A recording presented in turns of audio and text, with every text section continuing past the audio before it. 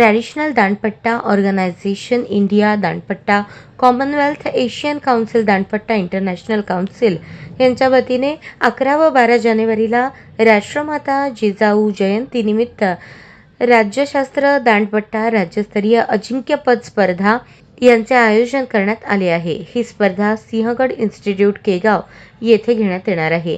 12 जानेवारीला सकाळी 11 वाजता खासदार प्रणिती शिंदे, आमदार विजयकुमार देशमुख तसेच विशेष सरकारी वकील प्रदीपसिंग राजपूत यांची प्रमुख उपस्थिती राहणार आहे। ही स्पर्धा 4 विभागात होणार आहे। एकेरी पट्टा, दुहेरी पट्टा, संघ हात पट्टा, पवित्र पट्टा या प्रमुख स्पर्धा होणार आहेत। यामध्ये रत्नागिरी, मुंबई, उपमुंबई, धुळे, ठाणे, धाराशिव, सोलापूर, नांदेड, जालना, लातूर, पुणे या शहरातून स्पर्धक सहभागी होणार आहेत। या पत्रकार परिषदेला अध्यक्ष शिवराम भोसले, उपाध्यक्ष अंजना कडलासकर, सचिव अश्विनी कडलासकर, कार्याध्यक्ष पैलवान युवराज सरवदे, मार्गदर्शक उपमहाराष्ट्र केसरी पैलवान संजय मेकाले यांची उपस्थिती राहणार आहे।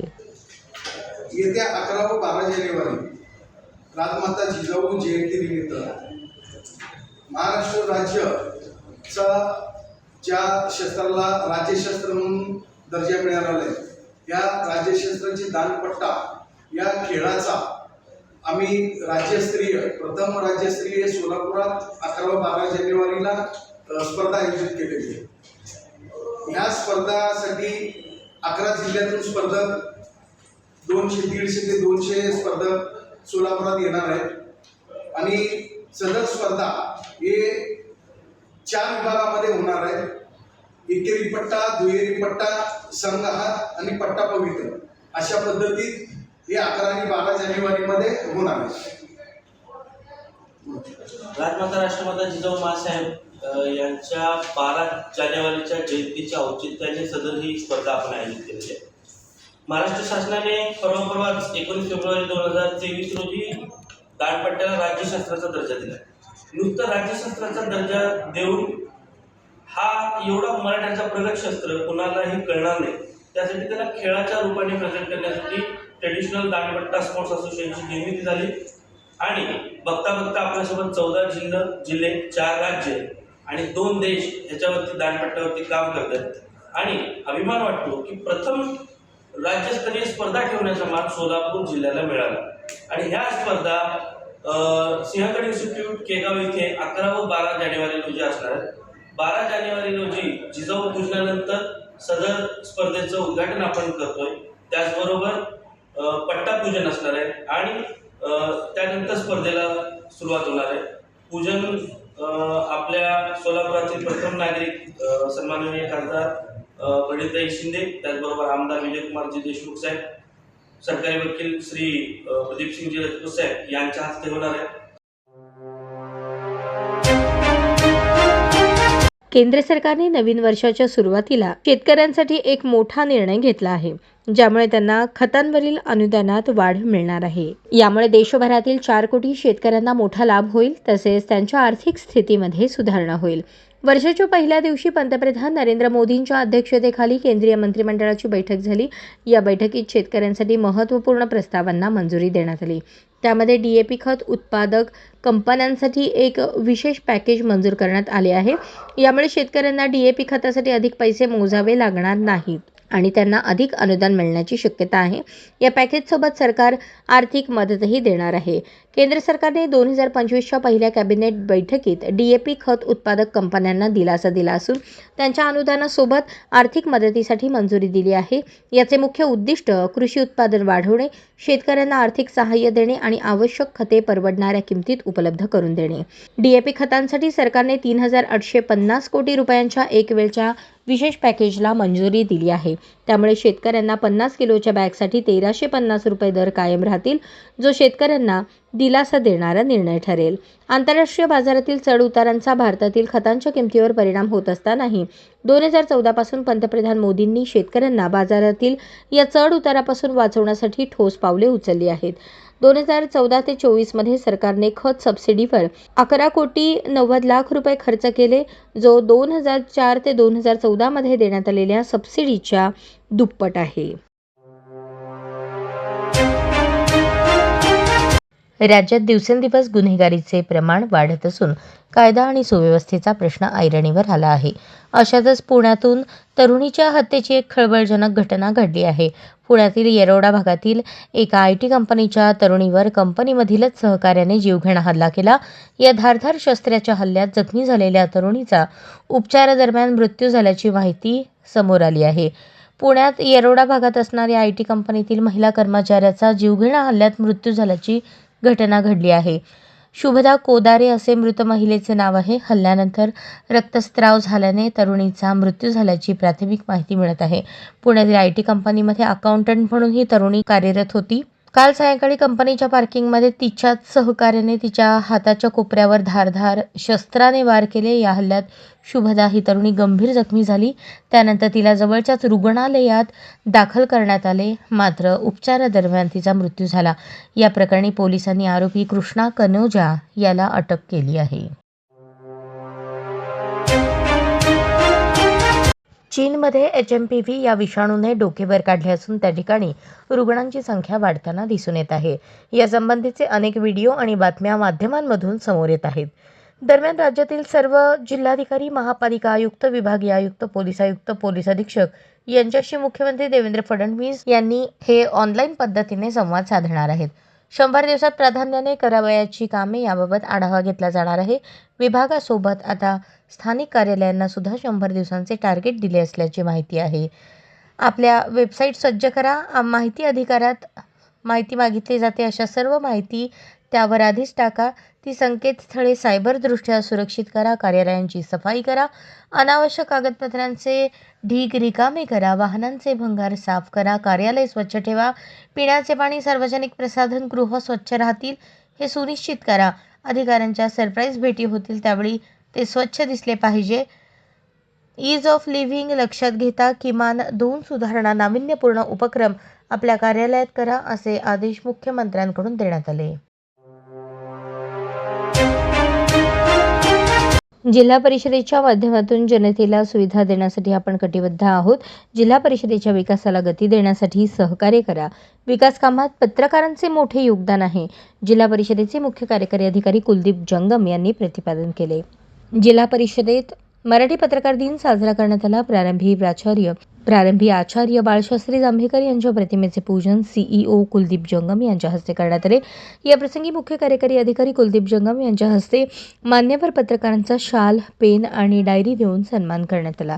या प्रसंगी अतिरिक्त मुख्य कार्यकारी अधिकारी स्मिता पाटील, ग्रामपंचायत विभागाचे उपमुख्य कार्यकारी अधिकारी ईशाधीन शिळकंदे, उपमुख्य कार्यकारी अधिकारी अमोल जाधव, मुख्य लेखा व वित्त अधिकारी मनीषा वाकडे, सोलापूर जिल्हा परिषद बीट पत्रकार संघाचे अध्यक्ष शेखर गोतसुर्वे, सोलापूर श्रमिक पत्रकार संघाचे अध्यक्ष विक्रम खेलबुडे, राज्य पत्रकार अधिस्वीकृती समितीचे सदस्य प्रमोद बोडके, सचिव बगले, खजिनदार मनोज भालेराव उपस्थित होते. जिल्हा परिषदेच्या माध्यमातून विकास या एकाच ध्येयासाठी आपण सर्वजण मिळून काम करत आहोत.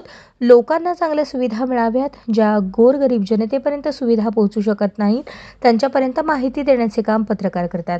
कर्मचारी यांच्याकडून माहिती येण्यापूर्वी पत्रकारांकडून माहिती अगोदर मिळते. आम्ही तुम्हाला सोडू शकत नाही, पत्रकार आम्हाला सोडू शकत नाहीत. विकासाला दिशा देण्यासाठी सहकार्य करा. आम्ही आमच्या कार्यपद्धतीत सुधारणा करू, अशी ग्वाही देत विकास कामात पत्रकारांचे योगदान मोठे आहे, असेही CEO कुलदीप जंगम यांनी सांगितले. सध्या जिल्हा परिषदेचे पदाधिकारी नसल्याने पत्रकार हेच कान आणि डोळे आहेत.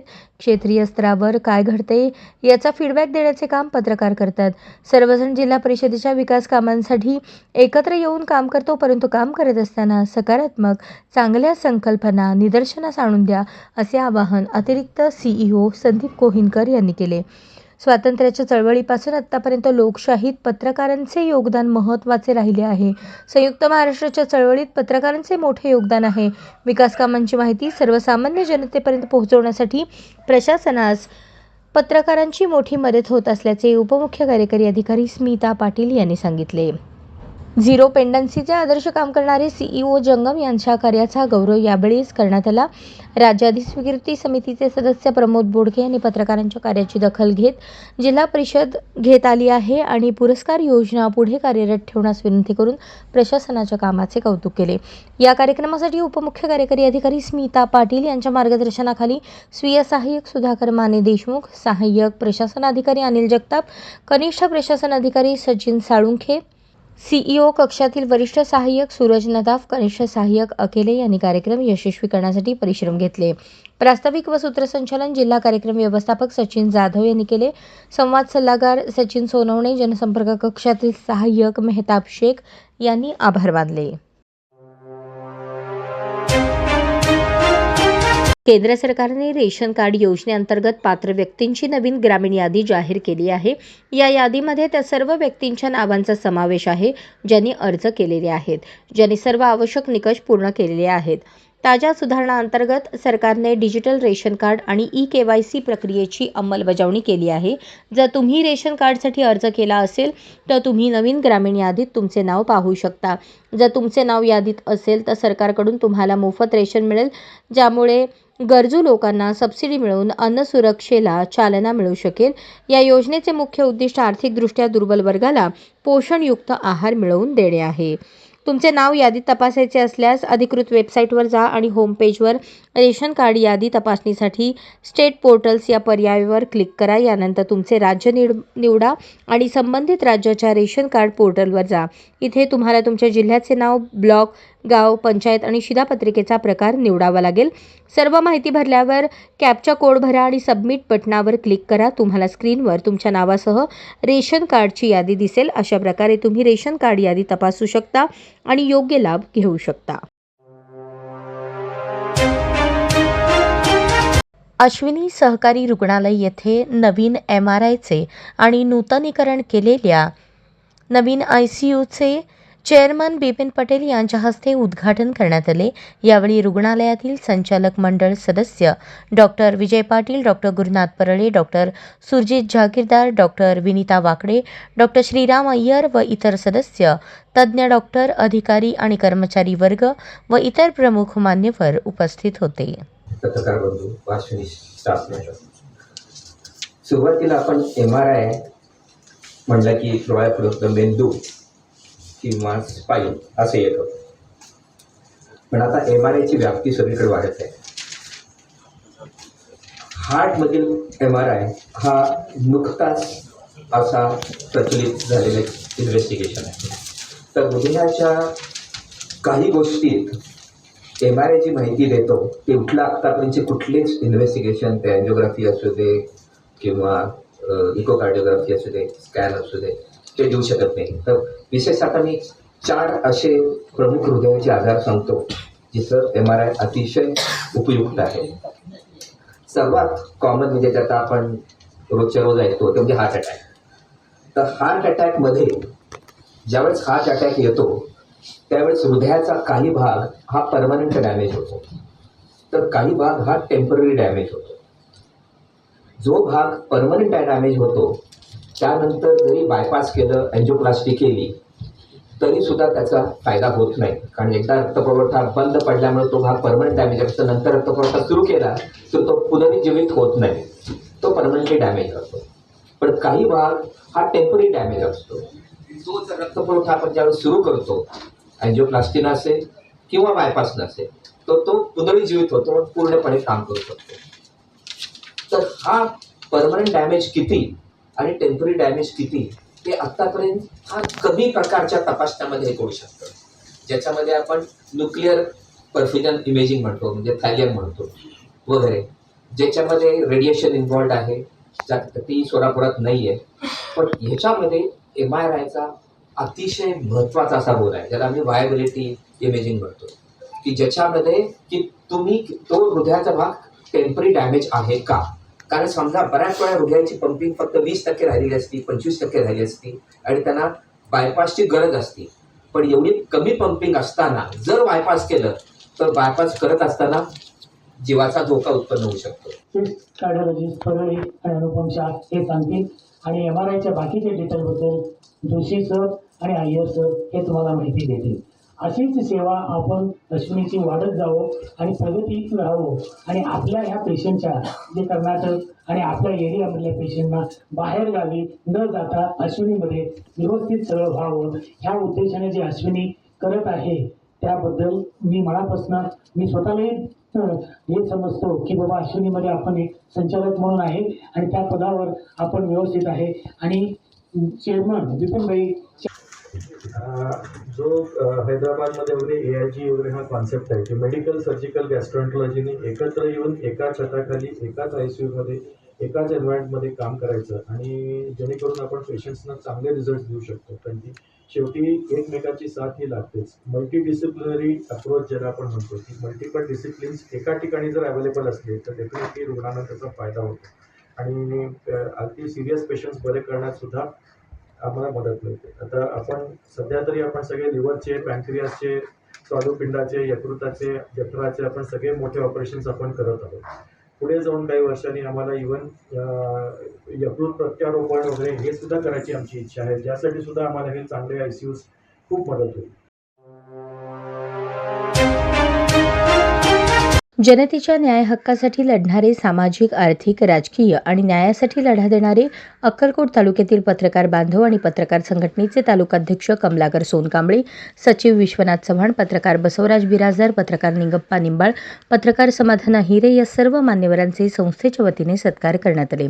यावेळी संस्थेचे अध्यक्ष दत्ता कांबळे, बोरोटी सरपंच अशोक ढंगापुरे, भाजप अनुसूचित जाती तालुका अध्यक्ष निजप्पा गायकवाड, दुधनी कृषी उत्पन्न बाजार समिती संचालक इरण्णा दसाडे, उद्योजक शंकर राजपूत, ग्रामसेवक अभिमन्यू ताड, ग्रामसेवक सोमनाथ खराडे, ग्रामसेवक गुरव, सामाजिक कार्यकर्ते संतोष राठोड, सरपंच बॅगेहळ्ळी, रवी गायकवाड, कृष्णा दोडमनी आदी कार्यकर्ते उपस्थित होते. कास्ट्राईब शिक्षक संघटना महाराष्ट्र राज्याच्या वतीने राष्ट्रमाता जयंती महोत्सवानिमित्त विविध पुरस्कार वितरण सोहळा व्याख्यानाचे आयोजन दिनांक 12 जानेवारी 2025 रोजी दुपारी 12:30 वाजता डॉक्टर निर्मलकुमार फडकुले सभागृहात आयोजित करण्यात आले आहे. राष्ट्रमाता जिजाऊंची लेख पुरस्कार सगुलाबाई चंद्रशेखर कांबळे, सावित्रीची लेख पुरस्कार विनयाताई निंबाळकर, फातिमा की बेटी पुरस्कार अख्तरबानो शेख असे अनेक गुणवंत पत्रकार पुरस्कार, आदर्श शिक्षक पुरस्कार, आदर्श विस्तार अधिकारी पुरस्कार, गुणवंत डॉक्टर, आदर्श शाळा असे 11 पुरस्कार वितरण सोहळा आणि डॉक्टर प्राध्यापक अंजनाताई गायकवाड यांची व्याख्यानमाला आयोजित करण्यात आली आहे. या पत्रकार परिषदेला राज्य उपाध्यक्ष श्रीशैल कोरे, सचिव सोमलिंग कोळी, उमाजी संघटनेच्या अध्यक्ष अर्चना राठोड, सचिव मंजुषा कलशेट्टी यांची उपस्थिती होती.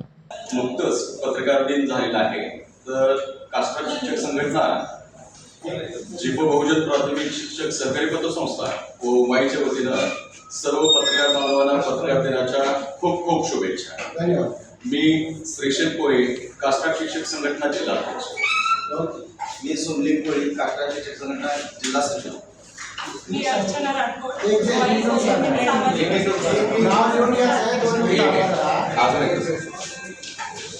मी अर्चना राठोड, उमाई सामाजिक बौद्धिकतेचा अध्यक्ष.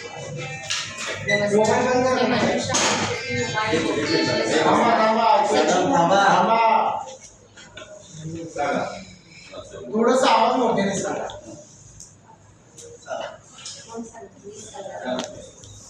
नमस्कार, मी मंजुषा कलशेट्टी, उमाई सामाजिक बहुउद्देशीय संस्था इथे सचिव म्हणून काम करते. बोला. नमस्कार, मी श्रीशैला संग्राम सोनकांबळे, मी कास्ट्राईब शिक्षण संघटनेच्या दक्षिण तालुका या दक्षिण तालुक्याची उपाध्यक्ष आहे. मी अध्यक्ष कास्ट्राईब शिक्षक संघटना तालुका दक्षिण. नमस्कार, मी संग्राम सोनकांबळे, कास्ट्राईब शिक्षक संघटना सल्लागार. बोला. कास्ट्राईब शिक्षक संघटना जिल्हा सोलापूर, जिपो बहुउद्देशीय प्राथमिक शिक्षक सहकारी पतसंस्था सोलापूर व उमाई सामाजिक बहुउद्देशीय संस्था सोलापूर यांच्या संयुक्त विद्यमाने 3 जानेवारी ते 12 जानेवारी या कालावधीमध्ये राष्ट्रमाता जयंती महोत्सव कार्यक्रम घेण्यात येतो. यामध्ये राष्ट्रमाताच्या लेखी क्रांतिज्योती सावित्रीबाई फुले गुणवंत शिक्षक, गुणवंत पत्रकार, गुणवंत डॉक्टर, विस्तार अधिकारी, केंद्र प्रमुख, कर्तबगार पोलीस अधिकारी अशा प्रकारचे पुरस्कार आम्ही वितरित करतो. त्याचबरोबर राष्ट्रमाता जिजाऊंच्या जयंतीचं औचित्य साधून त्या दिवशी व्याख्यानाचं आयोजन केलेलं आहे आणि व्याख्याते आहे माननीय डॉक्टर प्राध्यापिका अंजनाताई गायकवाड आणि व्याख्यानाचा विषय आहे राष्ट्रमातांचे सामाजिक व शैक्षणिक कार्य.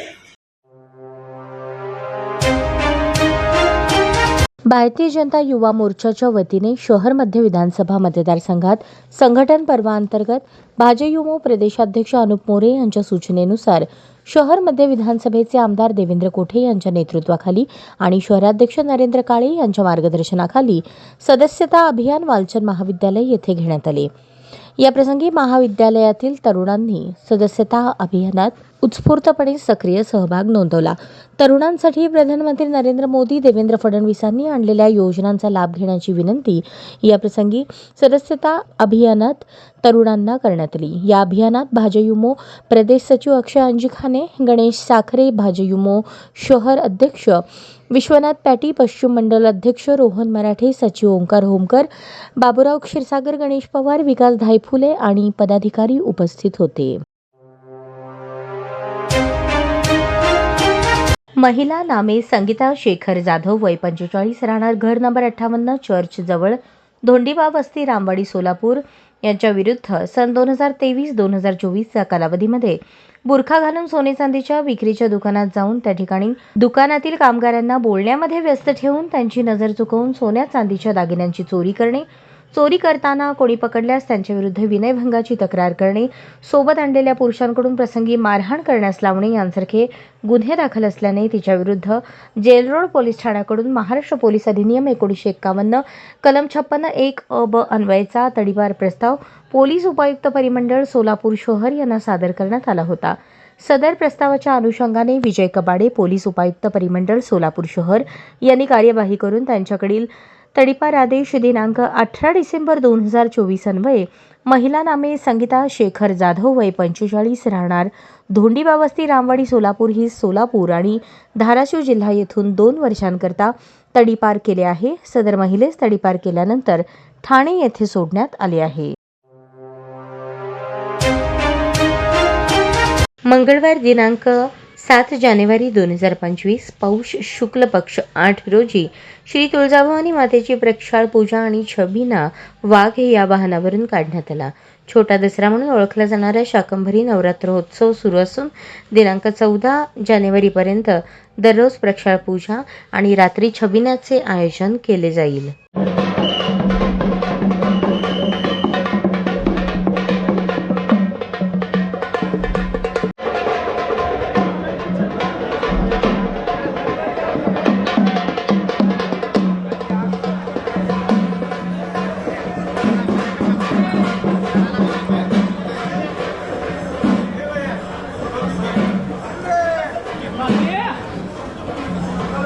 तात्या काय आपल्याला